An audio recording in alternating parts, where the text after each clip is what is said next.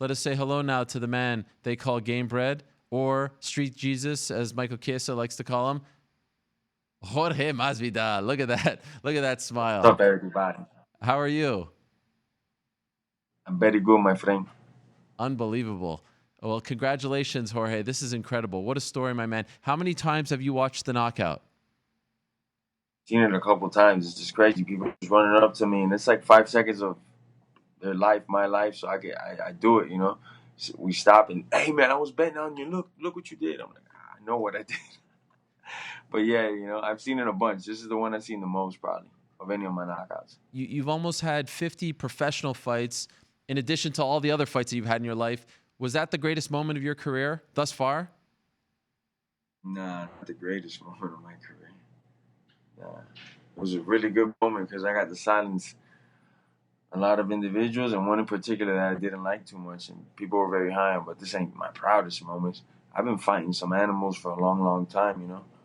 Like I said, he doesn't get mentioned to the grandkids of ass whoopings I gave out. We just spoke to Mike Brown at the beginning of the show, and he told us that it was either you or your coach, your striking coach, Polino, who came up to him and said, we're going to do this. Do you remember when you came up with the idea that you're going to start the fight like that with the flying knee?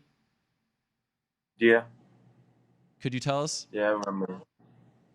Well, I'm like, man, should I give him a full Yeah, it's interview full. on how many? You want the whole thing on The- how I know that the knee was gonna be for a fact this guy couldn't stop it. You want to know how? yeah. It's a little bit of psychology. Now I can't give up my psychology tips. There's too many fighters watching, man. But listen, the way that he acted in just real life when I get him on the fly. And what I mean by fly is like he's walking and I'm walking and I just pop up on him. The way I habitually popped up on him and made him just freeze up, I knew he couldn't handle improvisation. What's it called when you do it at the moment? Yeah, that word. Like impulse. He can't handle that shit, man. He can't handle changes. And I hit him with a nice little change of speeds. He didn't like it one bit. So from the moment this fight was announced, you knew that you were going to start that way? Nah. It wasn't like that. Once it got announced, I was like, yeah, I'm gonna beat this guy's ass for 14 minutes. And then I decided, you know what? I'm just gonna check him right off the gate and see where he's at. And then when I came here and I saw him in the flesh and I saw how weak he is actually, because maybe I miss well whoever helping him now is doing a good job for him, but on the fly he can't do anything. He can't talk to nobody, especially if it's just me and him. So to have those type of characteristics, you're a person that can adapt and survive, and he showed it. How many times? How many times do you think you drilled that?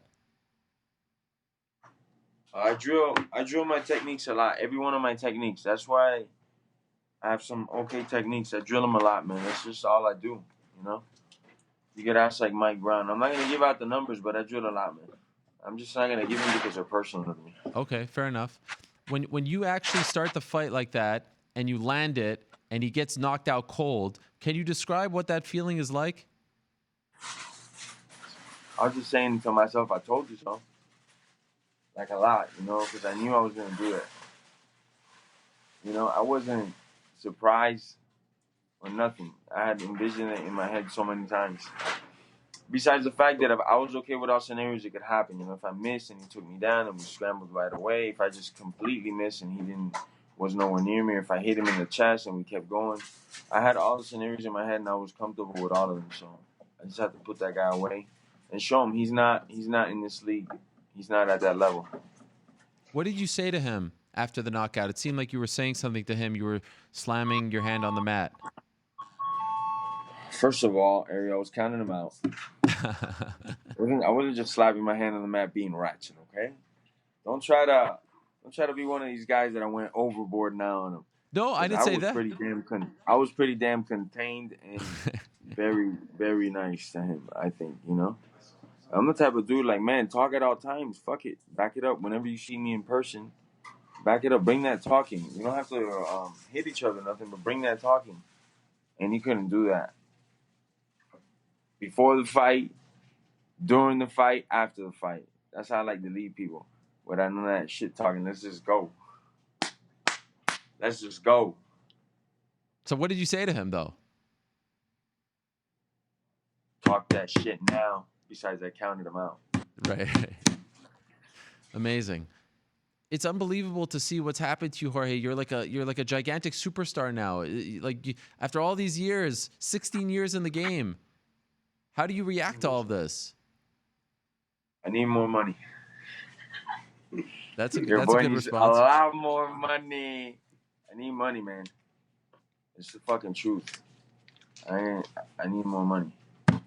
What the fuck? Time to get paid. Fuck yes, man. For all those years. Dude, You have all receipts. these years and then some, and I'm still putting on amazing fights for people. My body is the same or gotten better since you saw this year because people are getting checked. I'm fucking like a relic in this bitch. You know what I'm saying? Enjoy the fastest KO in the world. So somebody who's probably the most disliked dude in all of MMA. You're welcome, MMA community.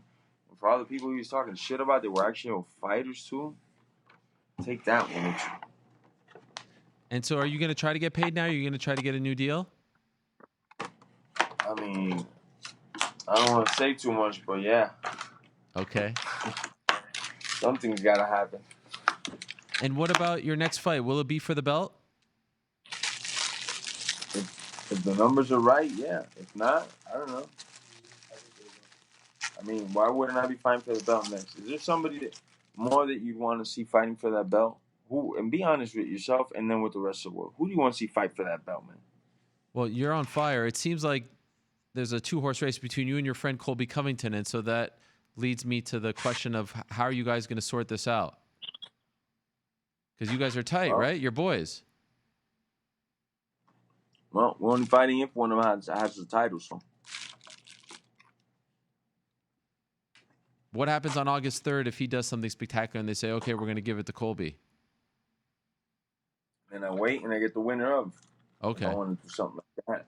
You're okay with that? I'll see my options after that, you know? Right. I like to fight. I want to fight the world's best. I don't want to take another step back in my career. I'm too old to be taking these step backs. Right. This last guy that I fought, I already forgot his fucking name, man. But what's his face on a skill set was a step back. Yeah, he's got a lot of databot followers and shit like that. That has nothing to do with actual fighting. You know, have you seen this guy produce punching power or anything like that on his hands and feet? To put this guy in there, I can't believe the commission sanctioned that. Let me tell you something. The UFC's probably going to end up having a problem if they keep letting this guy fight around. They're going to get a lawsuit from hell, like science teacher suing UFC for letting him allow and participate in these events. That motherfucker needs to just quit it, man. You think he should retire? After fighting me, what do you think? I changed that motherfucker's life just like I said in every interview. You know, he was on my show earlier, and you know he's handling it with as much class as possible. Do you still feel the same animosity towards him, or what? I mean, obviously I don't watch his interviews. Yeah. My boy right back here. Hey, come over here. Say hello, man. This guy let me know if it's something like worth looking at from time to time. Which There he is. You don't have shit. The man himself, but yeah, Abe man, Kawa. I did it. What did he say? What did he say? Fill us in. Honestly, he said, you know, he gave you all the props. He said, of course, he still doesn't really like you very much, but he did not, you know, he didn't make excuses. He didn't make fun of you. He didn't have a problem with the punches afterwards. He said he expected that. So, I mean, it was... Why? Why did you expect that? Because of the smack talking. Because of the animosity. But that's the dude that took it to the personal. Like I always say, it's business. I had to give him those 2 punches. The referee had him pull me off, man. I'm doing my job. Yeah. I'm not as good. For example, I'm not as talented as Shevchenko. She knows when a body's dead. I'm like a dumb dog. I'm just going to keep attacking because I don't know. You know? Sure. You know, you could make a case that it would have been like a 3-second knockout, right? If the referee was closer to you guys. It is. It definitely. We've ran it. I've seen this so many times. It's definitely not 5 seconds. Right. Should be 3. I mean, no one would ever touch that, ever, if it's 3. Yeah.